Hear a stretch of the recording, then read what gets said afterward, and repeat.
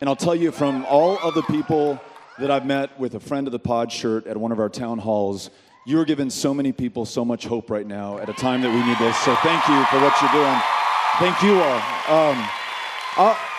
I love that more than 1 million of our fellow Texans voted in the Democratic primary. It's the high watermark for a midterm Senate race for 36 years going. I love that 1.5 million of our fellow Republican Texans got out there and voted. It is the high watermark for them forever. That's a good thing for Texas. We are a non-voting state. We're not a red, we're not a blue state. People traditionally have not voted in Texas, so this is good for us. And I'll tell you, as the son of a Republican mother, whom I've convinced to vote for me, and she did the other day, and as someone who was just in Cooper, Texas, and Pittsburgh, Texas, and Paris, Texas, so many people said to me, I'm going to be voting in the Republican primary, because that's how I pick my county commissioner, my county judge, maybe my member of Congress, but I will be voting for you in November. And there are a lot of people out there like that. So we're going everywhere, talking to everyone, not writing anybody off, not taking anyone for granted, and we're just going to keep doing that. Yeah. So, thanks. The way, like the path to victory, the path to victory is two groups of people for you, right? It is convincing people like your mom, people who voted Republican before, who may be disenchanted with Trump, disenchanted with Ted Cruz, and getting them to vote for a Democrat, and maybe even more importantly, Texans who've never voted before.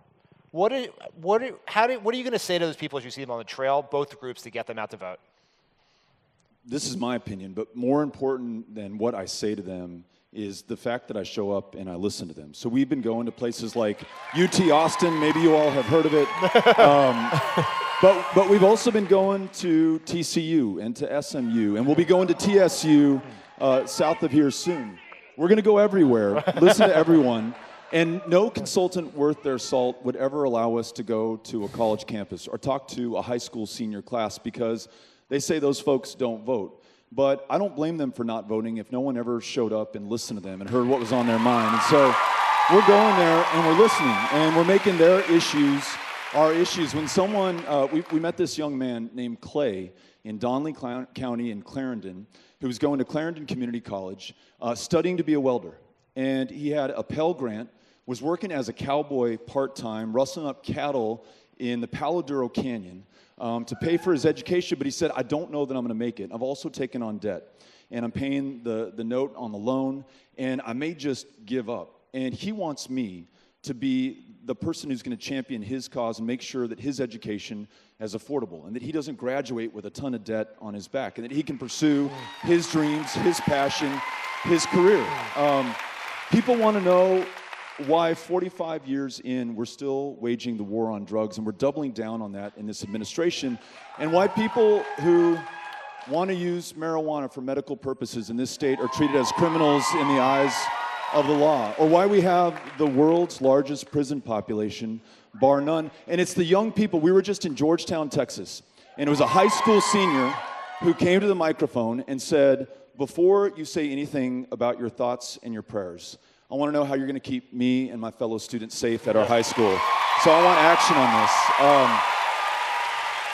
And I think any time we've had the toughest, most important change that this country has had to make, it's been led by young people. You think of the Student Nonviolent Coordinating Committee. You think of my colleague, John Lewis, in the House, who's my all-time hero.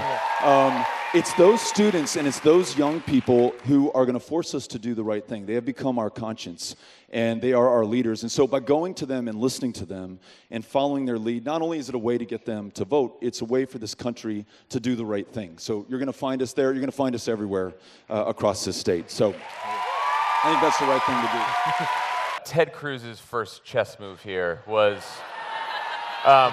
reminding people of what your first name is and calling you a liberal. The best applause or laugh line that I can deliver in a town hall is asking people in Waco or Pecos or Edinburgh, when was the last time Ted Cruz held a town hall meeting in your community? Because he never has. And if he had, he would know that Texas wants to lead the way from going from the least insured state in the country to making sure we have universal health care for everyone, every man, woman, and child in this country.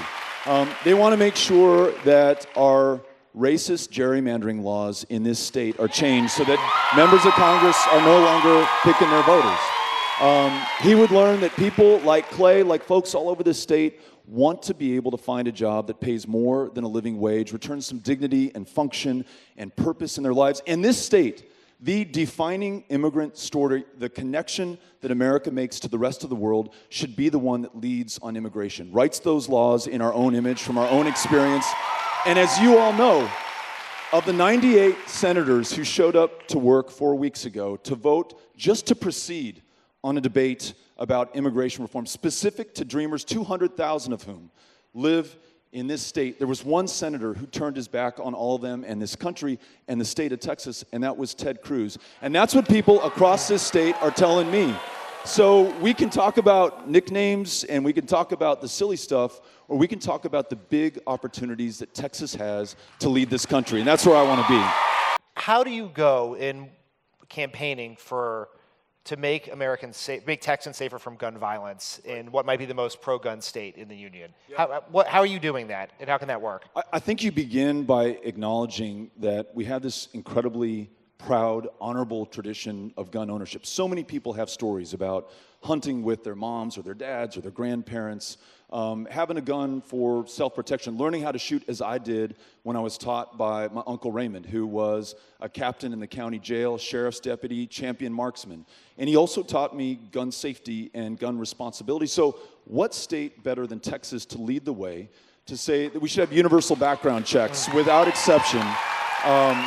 We know that in those states that do, you see a massive reduction in gun violence against an intimate partner, fewer girlfriends or boyfriends being killed. You see a dramatic reduction in gun violence against law enforcement, fewer cops and sheriff's deputies being murdered by those they were sworn to serve and protect. And this could be the state that leads the way on saying weapons of war like an AR-15 that are designed for the sole purpose of killing people as effectively and as efficiently in as great a number as possible should not be sold to people in our streets who go into our schools, into our churches, into our concerts, and kill one another. That's absolutely wrong. And we could be the state that leads that. And I'll tell you just a quick anecdote. 3 weeks ago, we were in Brownwood, Texas, kind of between Fort Worth and Abilene. And a woman stood up at the town hall meeting that we were holding there. And she says, but I also have 46 grandkids. And I want to know if I can trust you to stand up to the NRA, which was not the question I was expecting her to ask. And I said, ma'am, not only have I not taken a dime from the NRA, I don't take any money from any political action committee, any corporation, any special interest. When I vote for something or work on legislation or take a stand, it's always going to be for you and your grandkids, no one else, and you'll never have to worry. But she can be forgiven for asking the question because Ted Cruz, in 2016, just 1 year, took over $300,000 from the NRA. So who does the guy work for, the NRA or the people of Texas? So I think that's the way that we have the conversation in this state.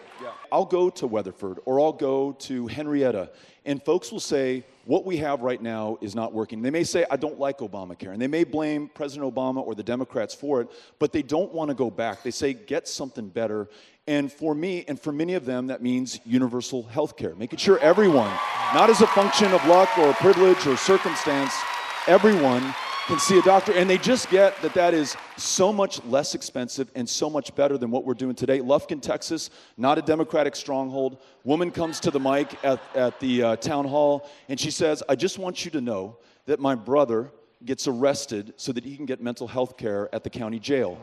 We have learned that the county jail system in Texas is the single greatest provider of mental health care services in the state of Texas. It is so wrong. It is so expensive. It is absolutely the worst way to deliver care to people who not only are going to be better if they can receive that care, but they are going to be better for all of us. They're going to be able to work and pay taxes and finish their education and start business, write novels, tour the country in punk rock bands, play music for the people who need to hear it, raise their families, and do so at a fraction of the cost. And who knows, maybe that idea is so big, so important, so urgent right now that even with this administration, with enough Republicans and Democrats working together, we can get that done because it is connected to every other issue. If you're not healthy, you're not well enough to go to school, you're not well enough to go to work, you're not well enough to raise your family and take care of yourself. And so we absolutely have to get that right. You all gave us a great start in the right direction, but we need to finish the job and make sure that every single person can do that. So